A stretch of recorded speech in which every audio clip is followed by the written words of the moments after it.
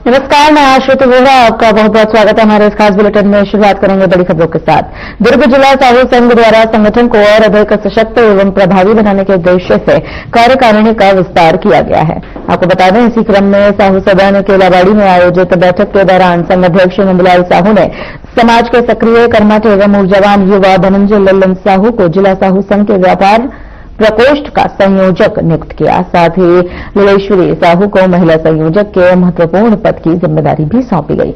आपको बताते चले, नियुक्ति अवसर पर समाज के वरिष्ठ पदाधिकारी मौजूद रहे। गणमान्य नागरिक एवं समाजजनों की गरिमामय उपस्थिति भी दर्ज कराई गई। वहीं जानकारी देते चले, इस कार्यक्रम में नवनियुक्त व्यापार प्रकोष्ठ संयोजक धनंजय साहू का माला पहनकर सम्मान किया गया। उपस्थित समाजजनों में दोनों नवनियुक्त पदाधिकारियों को बधाई दी गई। इस अवसर पर संघ अध्यक्ष नंदलाल साहू ने कहा कि धनंजय साहू समाज के बीच एक सक्रिय एवं जमीनी कार्यकर्ता के रूप में अपनी पहचान बना चुके हैं। उनसे अपेक्षा है कि वे सामाजिक नियमावली एवं मान्य परंपराओं का पालन करते रहें, समाज के व्यापारियों को संगठित करेंगे तथा व्यापार प्रकोष्ठ को भी नई दिशा और गति प्रदान की जाएगी।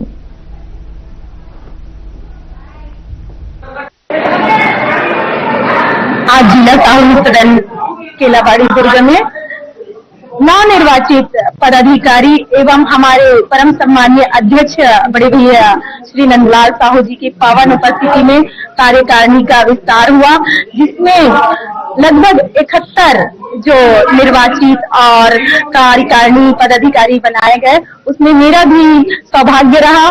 पुनः मुझे समाज में एक बार फिर से महिला संयोजिका के पद पर सुशोभित करके सेवा करने का अवसर प्रदान किया है। और चूंकि मैं एक नारी हूँ और नारी सशक्तिकरण पे ही कार्य करती हूँ, इसके पूर्व छत्तीसगढ़ शासन में मिनी माता सम्मान से मुझे सम्मानित किया गया और आज भी मैं सिर्फ और सिर्फ नारी सशक्तिकरण के ऊपर ही कार्य करूंगी, चाहे वो किसी भी क्षेत्र में हो या किसी भी समाज को।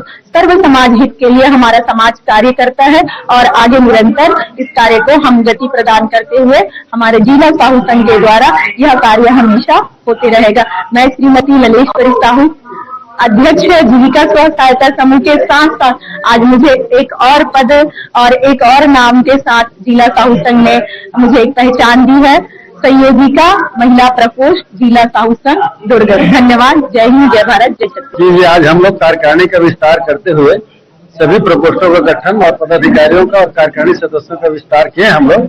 और ये जो कार्यकारिणी का विस्तार जो किया गया है वो सामाजिक हित में और सामाजिक विकास के लिए, सामाजिक संरचना और आगे बढ़ाने के हम लोग किए हैं।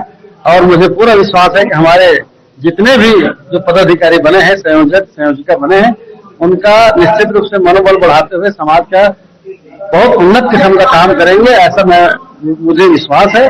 और साथ ही साथ मैं सभी पदाधिकारियों को ढेर सारी शुभकामना, बधाई देता हूँ, मंगल कामना देता हूँ और इसी तरह का समाज में वातावरण बने और एकता के साथ हम लोग मिलकर काम करें, ये हमारा उद्देश्य है। आज हम लोग 71 कार्यकारिणी का टोटल 71 कार्यकारिणी का विस्तार किए हैं और उसमें हमारे निर्वाचित भी हैं, मनोनीत भी हैं और कार्यकारिणी के सदस्यगण भी हैं, संयोजक और सह संयोजक भी हैं।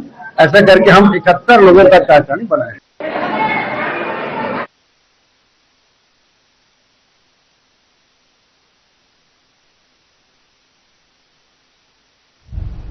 छत्तीसगढ़ सहायक शिक्षक व समग्र शिक्षक फेडरेशन के संयुक्त तत्वाधान में दुर्ग स्थित संयुक्त संचालक शिक्षा विभाग का घेराव किया गया है। आपको बता दें, सैकड़ों की संख्या में आए कर्मियों ने अपनी मांगों को रखा और अपनी मांगों को रखते हुए ये कहा गया कि इससे पूर्व में हमने अपनी मांगों को लेकर अवगत भी करवाया था, लेकिन अभी तक हमें सिर्फ आश्वासन ही दिया जा रहा है। अगर इस बार हमारी मांगों को पूरा नहीं किया जाता है तो हम आंदोलन करेंगे और हम आगे आकर आंदोलन कर अपनी मांगों पर लगातार अड़े रहेंगे।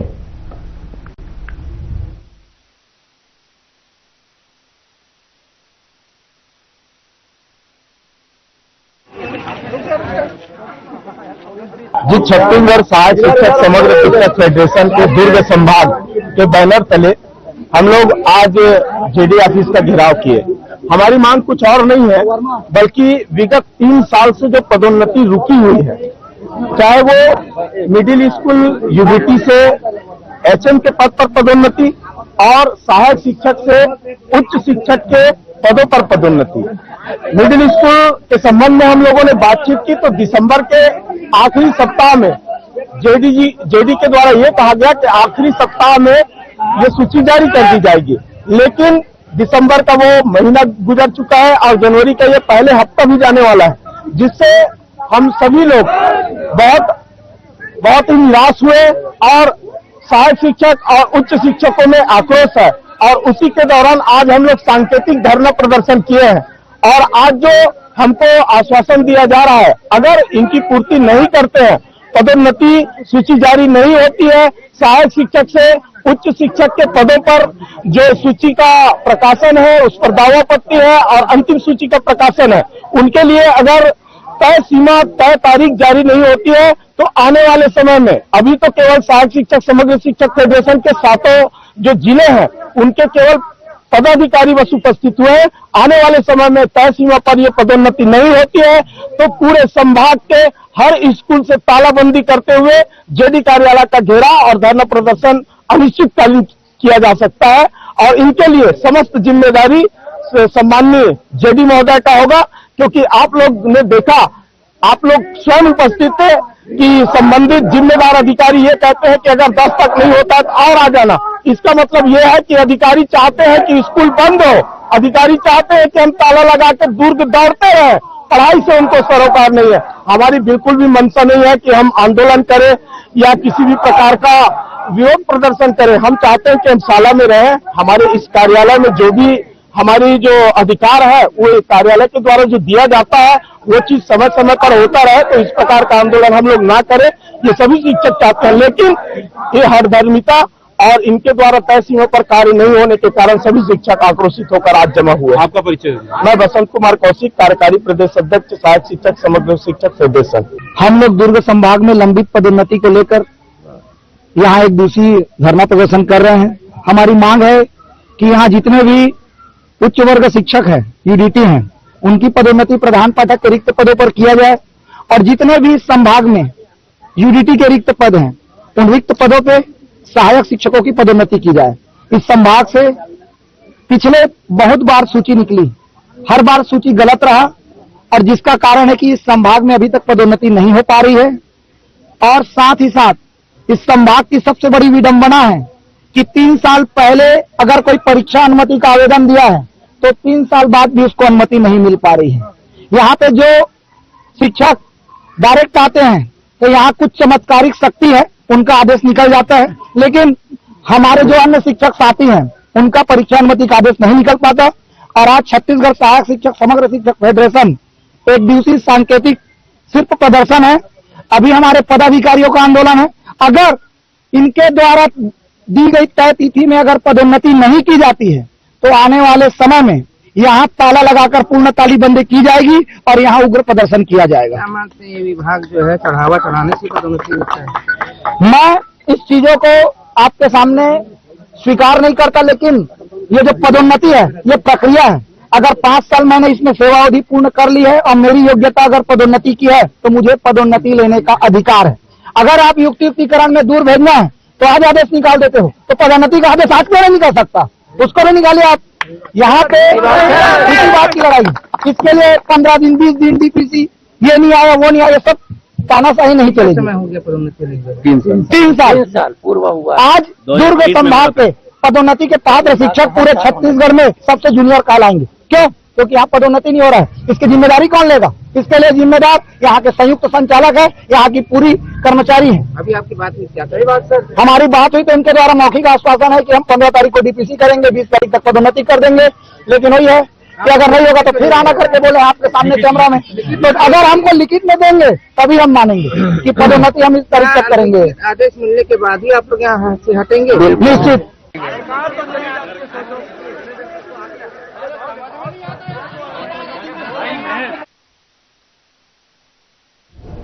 भारतीय जनता पार्टी की प्रदेश प्रवक्ता शताब्दी पांडे का बयान सामने आ चुका है। उन्होंने कहा कि अब छत्तीसगढ़ महिला कांग्रेस में प्रदेश अध्यक्ष के चयन को लेकर विवाद उठ चुका है, यानी कि विवाद एक बार फिर सामने आया है।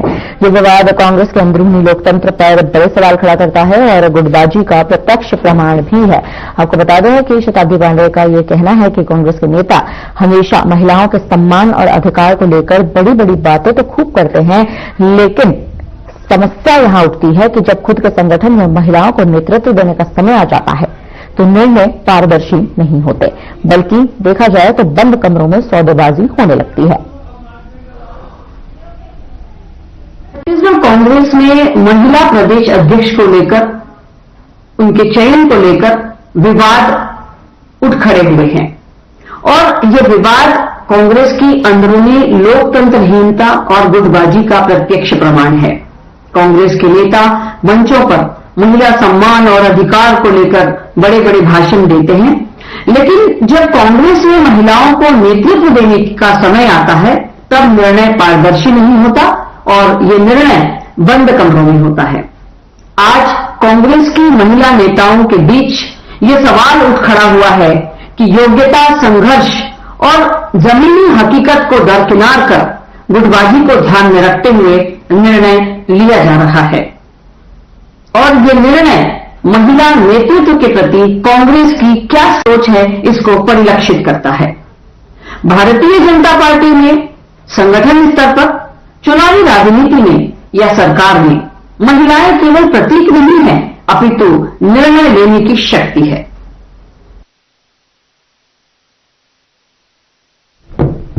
बीजापुर के धर्मगढ़ ब्लॉक के पिनकोड़ा आरएमएस हॉस्टल के छात्रों ने अधीक्षक पर गंभीर लापरवाही के आरोप लगाए हैं। छात्रों का यह कहना है कि सब्जी की मांग करने पर अधीक्षक गाली गलौज करने लगते थे, जो आदिवासी बच्चों के साथ स्पष्ट भेदभाव दर्शाता है। छात्र तत्काल अधीक्षक को हटाने की मांग भी कर रहे हैं।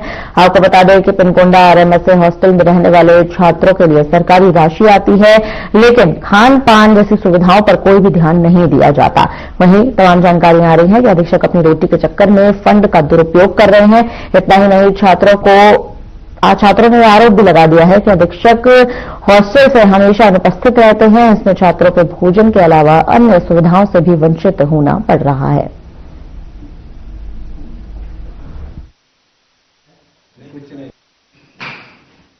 इस वक्त बीजापुर जिला का बैरमगढ़ ब्लॉक का एक आश्रित गांव है पिनकोंडा में।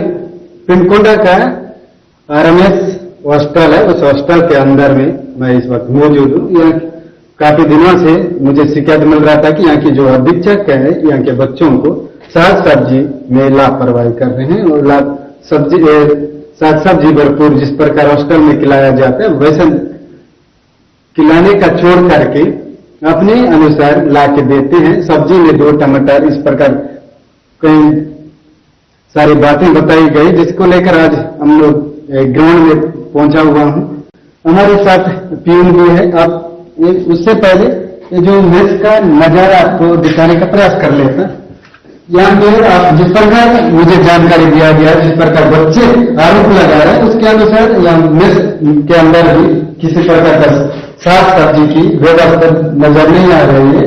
तो ये शायद दाल है और नमक है, बस इतने इस मेस रूम के अंदर में नजर आ रही है। इस हालात में आदिवासी बच्चों को किस प्रकार खिला पिलाने का जो काम चल रहा है हॉस्टलों में, और हॉस्टलों में जो बच्चे पढ़े करते हैं उनको खिला पिलाने के लिए शासन जो राशि देती है उन राशियों में अधीक्षक किस प्रकार गबन करता है, ये आप इस खबर को देखकर सब अंदाजा लगा सकते हैं। साहब फ्यून भी है, इससे भी जानने का प्रयास करते हैं क्या किस प्रकार का सब्जी देता है, कैसे बना पा रहा है।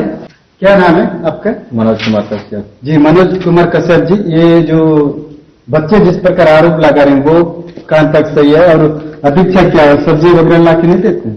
वो तो घर से जैसे ला रहे हैं, मतलब ला के देते हैं, बच्चे लोग निकाल के देते हैं तो ऐसे बना देते हैं। जब सब्जी नहीं रहता है तो सब्जी नहीं बना देते हैं, दाल बना देते हैं।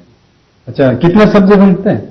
यहाँ सब्जी दाल सब्जी बनता है जब दाल रहता है तो दाल बना देते हैं, सब्जी नहीं है तो नहीं बनाते। बच्चे आरोप लगा रहे हैं कि अधीक्षक मात्र 2 टमाटर ला के 2-4 टमाटर ला के देता है, बताते हैं। तो टमाटर ऐसे ही देते हैं तो 2 टन उसमें डाल देते हैं सब्जी में, 2 टन दाल में डाल देते हैं, जैसे देते हैं ऐसे डाल के देते हैं। बस उतना सारे बच्चों में उतना कम। अब जैसा देते हैं ऐसे बना के देते हैं, जितना दे रहे हैं उतना ही बना के देते हैं।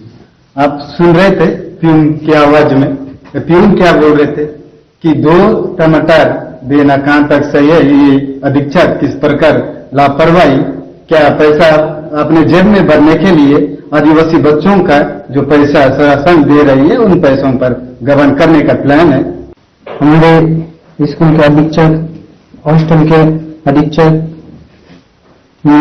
20 कुंटल का छान आता है तो वो 10 कुंटल का बेचते हैं, और कभी कभार सब्जी नहीं लाते हैं, उनको दाल से ही खाना पड़ता है। कभी कभार टमाटर नहीं रहता है तो घर से ही ला देते हैं खरीद के सुबह शाम, और यहाँ रहते नहीं है, रात के सोते नहीं है। टमाटर कभी कभार 2 डालते हैं सब्जी में या दाल में, और तेल की भी कमी होती है। अच्छा नहीं, और 50 का मूली ला देते हैं और महीना भर चलाओ बोलते हैं। सब्जी भी ज्यादा नहीं लाते हैं, और आलू उठाने से भी गाली देते हैं, ज्यादा सब्जी उठाने से भी गाली देते हैं। अच्छा वाला भी नहीं, सस्ता वाला सब्जी उठाने के लिए बोलते हैं।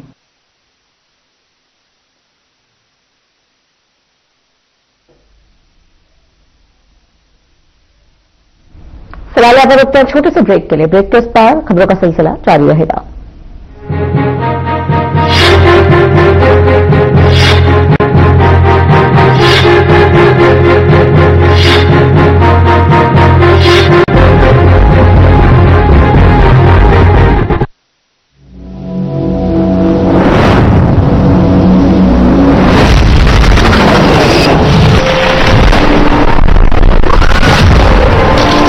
जय जोहार।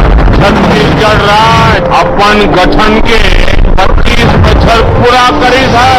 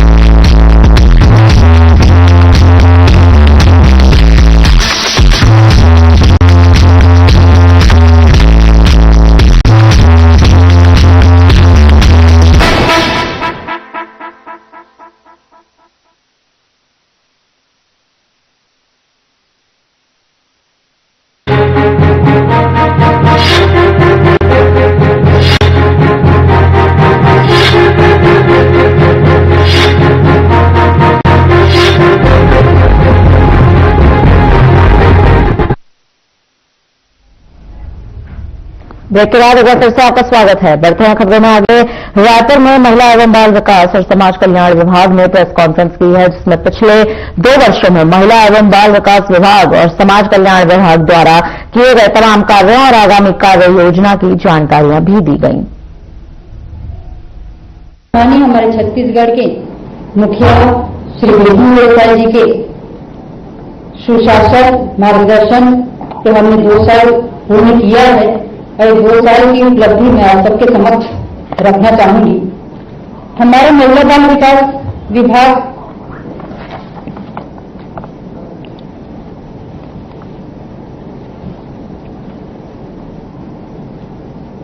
सम्मान, स्वास्थ्य और सशक्तिकरण की ओर समाज में महिलाओं के स्वास्थ्य एवं पोषण स्तर में सुधार करने, सम्मानजनक स्थान प्रदान करने, सकारात्मक सोच विकसित करने एवं महिलाओं के आर्थिक स्वावलंबन सशक्तिकरण को बढ़ावा देने के लिए हमारा मुख्य उद्देश्य है। हम महिला बाल विकास के 4 प्रमुख स्तंभ हैं, जिनके लिए हम काम करते हैं।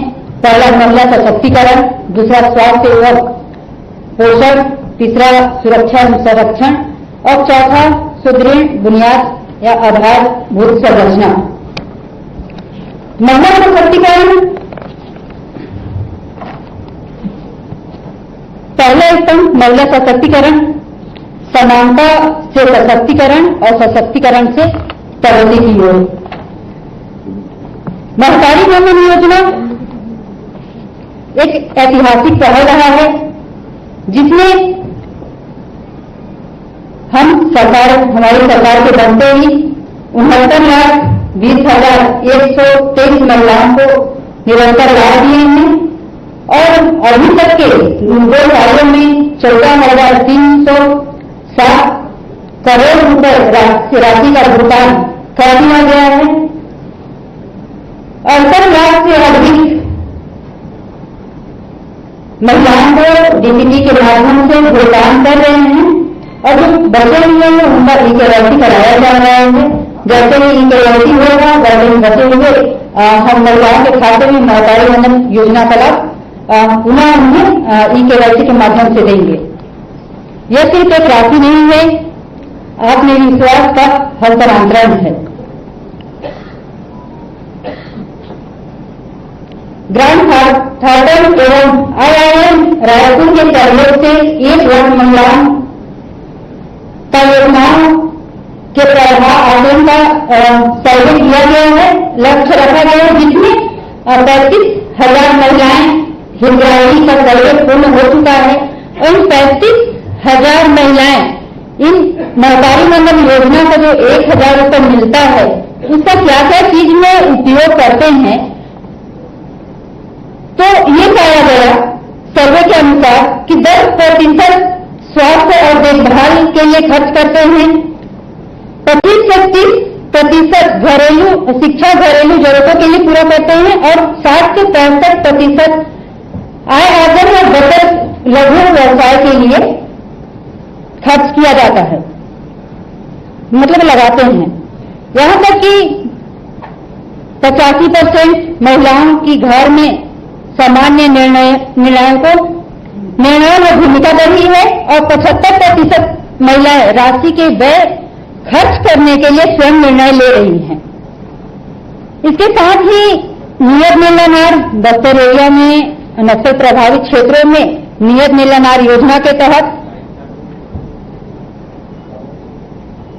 7,732 नए हितग्राहियों को महतारी वंदन योजना के माध्यम से शामिल किए हैं और लगभग 30,000 महिलाओं ने व्यावसायिक गतिविधियों के लिए ग्रामीण बैंक से 73 करोड़ ऋण प्राप्त किए हैं।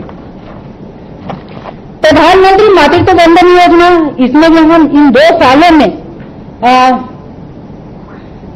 हमारी प्रमुख उपलब्धियां रही है, क्योंकि हम देख सकते हैं पिछले 2 वर्षों में कि लाभार्थियों की जो संख्या है वो 4,81,755 हमें महिलाओं को लाभ दिया है और लगभग 237